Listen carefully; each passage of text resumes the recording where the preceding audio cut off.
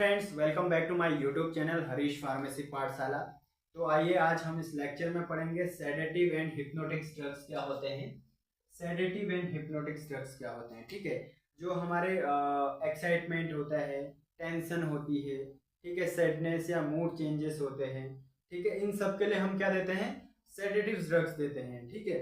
और हिप्नोटिक्स क्या होते हैं, हिप्नोटिक ड्रग्स यानी हमारी जो नेचुरल स्लीप है उसके लिए दी जाती है। अब किसी किसी को नींद वगैरह नहीं आती, इंसोम्निया वगैरह हो जाता है। इंसोम्निया यानी कि नींद ना आना, ठीक है, उस बीमारी को क्या बोलते हैं, इंसोम्निया बोलते हैं, ठीक है। तो उसके लिए हम हिप्नोटिक्स यानी ड्रग्स देते हैं। जब हम सेडेटिव सेडेटिव ड्रग की डोज को बढ़ा देते हैं तो एज ए हिप्नोटिक्स काम करते हैं, ठीक है। अब हिप्नोटिक्स ड्रग यानी कोई पेशेंट है, उसकी सर्जरी करते हैं, ठीक है। सर्जरी करने के बाद उसको बहुत पेन होता है, एकदम से तो ठीक होगा नहीं, 2-4 दिन लगते हैं। तो जिस दिन सर्जरी हुई होती तो उनको हिप्नोटिक्स ड्रग्स दिए जाते हैं, यानी जो तुम्हारी नींद है उससे 8-10 घंटा और तुम्हें नींद आए और उनको दर्द का कम एहसास हो, ठीक है। उसके लिए क्या देते हैं, हिप्नोटिक्स ड्रग्स देते हैं। तो सेडेटिव क्या होते हैं, sedative are drugs which are reduce excitement, tension, ठीक है, इमोशंस, इन सबको क्या करते हैं, कम करते हैं सेडेटिव ड्रग्स, ठीक है। अब एक्साइटमेंट यानी आप मान लीजिए कोई कंपटीशन की एग्जाम की तैयारी कर रहे हैं आप और आपका फ्रेंड, ठीक है। आपका फ्रेंड थोड़ा सा पढ़ने में ठीक नहीं है और आपको लगता है कि आपने अच्छी तैयारी कर रखी है, आप अच्छे से स्कोर लाएंगे, ठीक है। अब एग्जाम दिया आप लोगों ने, एग्जाम के बाद क्या होता है, आपके नंबर्स वगैरह आते हैं तो आपके फ्रेंड के ज़्यादा आ जाते हैं। तो आपको क्या हो जाती है, टेंशन टाइप में हो जाती है, रात भर आपको नींद भी नहीं आएगी कि यार मैंने तो ज़्यादा पढ़ा था, मेरे को तो ज़्यादा आता है, पर इसको ये तो पढ़ता भी नहीं है, इसके कैसे आ गए, ठीक है। यानी वो एक्साइटमेंट और जो आपको जो नींद ना आना, ये रात भर इधर से उधर पलटोगे, नींद नहीं आएगी, टेंशन होती है, ठीक है। तो वो भी एक्साइटमेंट में ही आता है, यानी कि उसके लिए भी आपको जो सेडेटिव ड्रग्स लेते हैं, ठीक है। तो सेडेटिव्स और हिप्नोटिक्स ड्रग्स, ठीक है, आप सेडेटिव हिप्नोटिक्स तो समझ गए हैं, ठीक है। तो इसके बारे में हम अच्छे से पढ़ेंगे। तो इसका हम पहले तो पढ़ते हैं क्लासिफिकेशन, ठीक है, क्लासिफिकेशन। अब सेडेटिव हिप्नोटिक्स का क्लासिफिकेशन पढ़ रहे हैं हम, तो इसमें सबसे पहले कौन सा आता है, यूरिया के जो डिराइवेटिव्स होते हैं, ठीक है, यूरिया डिराइवेटिव्स है, इसमें क्या आते हैं, बारबिचुरेट्स, अच्छे से नोट कर लीजिएगा, ठीक है। अब यूरिया डिराइवेटिव्स में क्या आता है, लॉन्ग एक्टिंग, ठीक है। लॉन्ग एक्टिंग में क्या क्या आते हैं तुम्हारे, फिनोबार्बिटोन, ठीक है, मेफोबार्बिटोन, ठीक है, ड्रग्स के नेम है। लॉन्ग टर्म यानी फिर उसके बाद क्या आता है, अल्ट्रा शॉर्ट, लॉन्ग एक्टिंग आ गया, फिर शॉर्ट एक्टिंग आ गया। लॉन्ग एक्टिंग मेडिसिन यानी जो ड्रग्स होते हैं वो जो ड्रग्स लेंगे आपके लॉन्ग टाइम तक उसका इफेक्ट रहेगा, ठीक है। और उसके बाद क्या आता है, शॉर्ट एक्टिंग यानी उससे भी कम। अब जैसे लॉन्ग टाइम 10-12 घंटे के लिए है तो शॉर्ट एक्टिंग 7-8 घंटे के लिए रहता है, ठीक है। एग्जैक्ट टाइम का नहीं बता रहा हूँ, मैं आपको एग्जाम्पल दे रहा हूँ, ठीक है। अब इसमें जो ड्रग्स आते हैं उसमें क्या है, बीटो बारबिटोन, ठीक है, ब्यूटो बारबिटोन और सेको बारबिटोन, नोट कर लीजिए। फिर आता है ultra short acting, ultra short acting drugs.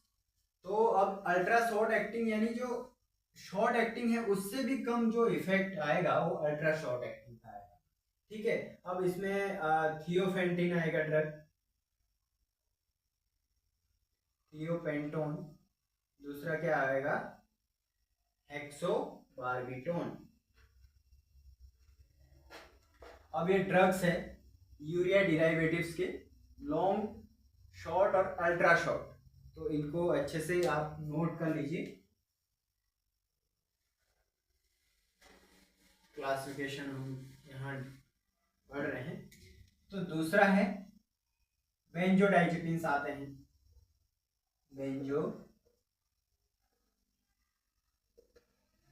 Benzodiazepines. अब बेंजोडाइजेपिन्स में वो ड्रग्स आते हैं जैसे अल्प्राजोलम होता है, क्लोनाजिपाम होता है। अल्प्राजोलम वगैरह को हमने जो पिछले जो लेक्चर दिया था उसमें शेड्यूल एच और नार्कोटिक्स ड्रग्स में भी इसका जिक्र किया था, ठीक है। नाइट्रोजिपाम है। ड्रग का जो फिनोमिना होता है वो एक्चुअली जो उसके पीछे लगता है ना, जैसे सेडेटिव हिप्नोटिक्स के बारे में पढ़ रहे हैं तो इसमें ZPAM आ रहा है, यानी कि पाम वाले मेडिसिन से इसमें, ठीक है। इससे भी आप याद करने में ट्रिक लगा सकते हैं, जैसे अल्प्राजोलम और क्लोनाजिपाम, नाइट्रोजिपाम, पाम वर्ड यूज हो रहा है, ठीक है। तो आप इससे भी ट्रिक लगा के याद भी कर सकते हैं, ठीक है। जैसे एंटासिड्स ड्रग्स होते हैं जिनके पीछे ZOLE लगा रहता है, जोल वाले, ओमिप्राजोल, रेबिप्राजोल, इस तरह से ट्रिक करके भी याद कर सकते हैं आप, ठीक है। तो ये बेंजोडाइजेपिन्स हो गए। अब उसके बाद क्या आता है, थर्ड नंबर, न्यूअर जो होते हैं बेंजोडाइजेपिन्स, न्यूअर बेंजोडाइजेपिन्स, यानी जो नए नए कैटेगरियां आती रहती है ना, तो पहला यूरिया डिराइवेटिव्स का पढ़ा था, फिर बेंजोडाइजेपिन्स, सब न्यूअर यानी जो न्यू न्यू आए हैं। इसमें क्या होता है, जोपिक्लोन करके ड्रग्स होती है, जोपिक्लोन है, जोलपीडेम है। अभी आप जो एग्जाम वगैरह की तैयारी कर रहे हैं, फार्माकोलॉजी वगैरह पढ़ रहे हैं, तो आपके लिए एक चैप्टर बहुत इंपॉर्टेंट होने वाला है, ठीक है। तो हमने ये तीसरा क्लासिफिकेशन था इसका भी, ये भी पूरा हो गया, ठीक है। अभी हमने क्लासिफिकेशन तो पढ़ लिया है, अब क्या पढ़ेंगे हम, इनका फार्माकोलॉजिकल एक्शन जो होता है, फार्माकोलॉजिकल एक्शन, ठीक है। अब फार्माकोलॉजिकल एक्शन यानी कि अब हमने मेडिसिन तो ले ली, ठीक है, आपको एक्साइटमेंट था, आपको नींद नहीं आ रही थी, जो भी है, आपने मेडिसिन ले ली। अब वो मेडिसिन कहाँ जाके इफेक्ट करेगा, कौन से ऑर्गन को इफेक्ट करेगा जो आपको इस बीमारी से दूर करेगा, ठीक है। अब नींद नहीं आ रही है, मेडिसिन तो आप मुंह से लोगे, अब वो कहाँ जाके डिजोल्व हो रही है, कैसे अपना एक्शन दिखा रही है, ये सब चीजें बहुत इंपॉर्टेंट होती है, और वो किस में आता है, फार्माकोलॉजिकल एक्शन में। अब जो ये ड्रग्स होते हैं वो सबसे पहले क्या कहाँ इफेक्ट करता है, CNS। CNS का फुल फॉर्म आप कमेंट बॉक्स में बताएंगे, ठीक है। तो ये ड्रग क्या करते हैं, CNS को डिप्रेस करेंगे, ठीक है, CNS को डिप्रेस करेंगे, और जो सेडेशन है उसको क्या करेंगे, इंड्यूस करेंगे, ठीक है। अब ये CNS को डिप्रेस करेगा तो आपको धीरे धीरे, मतलब आपका जो सेडेशन है वो बढ़ेगा, ठीक है।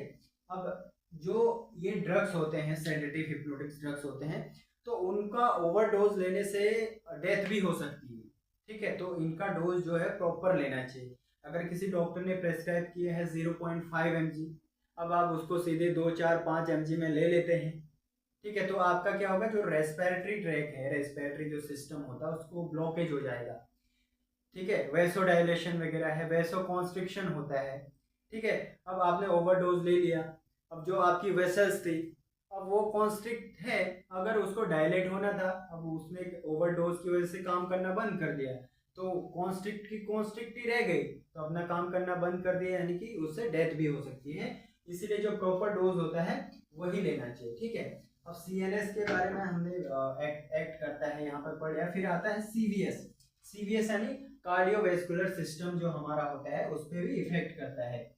ये डायरेक्टली क्या करता है, जो हार्ट रेट होती है उसको डिक्रीज करती है, हार्ट रेट को कम करती है, ठीक है। और जो हमारा कार्डियक आउटपुट होता है, कार्डियक आउटपुट, कार्डियक आउटपुट क्या होता है, कार्डियक आउटपुट वो होता है जो 1 मिनट में हमारा जो हार्ट है वो कितने लीटर हमारे ब्लड को पंप करता है, that is called cardiac output, okay. तो ये हार्ट रेट को डिक्रीज करेगा। अब हार्ट रेट डिक्रीज करेगा तो ऑब्वियसली बात है कि हमारा जो BP है वो लो हो जाएगा, ठीक है, उसको लोअर करेगा ये मेडिसिन, ठीक है। अब हमने CVS में भी इफेक्ट का पढ़ लिया है, अब आते हैं हम इनके यूजेस पे। अब यूज में आते हैं सेडेटिव एंड हिप्नोटिक्स की। ठीक है, अब मैंने बता दिया था, यानी कि हम जो चैप्टर पढ़ रहे हैं सेडेटिव हिप्नोटिक्स ड्रग्स के बारे में पढ़ रहे हैं, तो फिर हम जो ड्रग्स दे रहे हैं वो सेडेटिव हिप्नोटिक्स के लिए देंगे, वो भी इसका एक यूज है। ठीक है, अब दूसरा क्या आता है, ये एंटी कन्वर्जेंट भी होते हैं। एंटी कन्वर्जेंट, एंटी कन्वर्जेंट यानी आप एंटी कन्वर्जेंट यानी जो मिर्गी वगैरह आती है, ठीक है, एपिलेप्सी वगैरह होती है, उसमें भी ये मेडिसिन दे सकते हैं। एपिलेप्सी के बारे में हम जो नया लेक्चर बनाएंगे उसके बारे में अच्छे से पढ़ेंगे, उसमें भी ये मेडिसिन दे सकते हैं। ठीक है, अब एंजाइटी है आपका, एंजाइटी यानी कि उसको बोलते हैं जब हमारा जी घबराता है, मन घबराता है, ऐसा बोलते हैं ना, उसको एंजाइटी बोलते हैं। उसमें भी ये इसकी जो मेडिसिन होती है वो भी ले सकते हैं। ठीक है, अब हम इनके कॉन्ट्रा इंडिकेशन के बारे में पढ़ेंगे। कॉन्ट्रा इंडिकेशन, अब कॉन्ट्रा इंडिकेशन क्या होता है? कॉन्ट्रा इंडिकेशन ड्रग्स का भी होता है, बॉडी के लिए भी होता है। अब ड्रग्स के लिए यानी कि समझ लो दो मेडिसिन है, ठीक है, अलग अलग डिजीज के लिए है।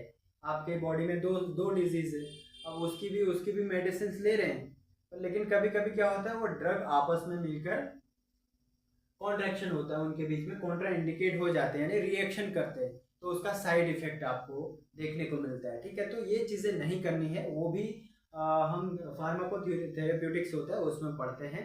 अब आपको कॉन्ट्रा इंडिकेशन यानी अब बॉडी के लिए भी होता है। अब जब आपकी बॉडी में कोई किडनी डिजीज है, ठीक है, और लीवर डिजीज है, तो उसमें भी ये मेडिसिन सेडेटिव हिप्नोटिक्स नहीं ले सकते। और दूसरा रेस्पिरेटरी ट्रैक में कोई इन्फेक्शन वगैरह है, अस्थमा वगैरह है, पल्मोनरी रिलेटेड जो भी आपको डिजीज है, उसमें भी सेडेटिव हिप्नोटिक्स नहीं ले सकते हैं। ठीक है, तो ऐसी कोई बीमारी हो तो सेडेटिव हिप्नोटिक्स का यूज नहीं करना चाहिए। अब आते हैं हम इनके डोजेस के बारे में। ठीक है, अब जो मेडिसिन है उनके डोजेस के बारे में डिस्कस करेंगे। अब जो हमने डायजेपाम पढ़ा था, यानी कि डायजेपाम हमने बेंजोडाइजेपिन्स में पढ़ा था। ठीक है, डायजेपाम ये मेनली क्या होता है, 2, 5, 10 mg ऐसे में आता है इनका डोज। ठीक है, अब इसको ये डोज लिखा है तो ये लेना है आपको। ठीक है, डॉक्टर ने 2 mg लिखा है तो 2 mg लेने। अब आपने डायरेक्ट 10 mg लेंगे तो मैंने बताया था कि ये हाई रिस्क है, तो ये क्या डायरेक्ट डेथ भी हो सकती है, इससे मैंने बताया था ना, ओवरडोज की वजह से। अब अल्प्राजोलम है, ठीक है, अल्प्राजोलम कौन सी mg में, 0.25 mg में आती है, 0.5 mg में आती है।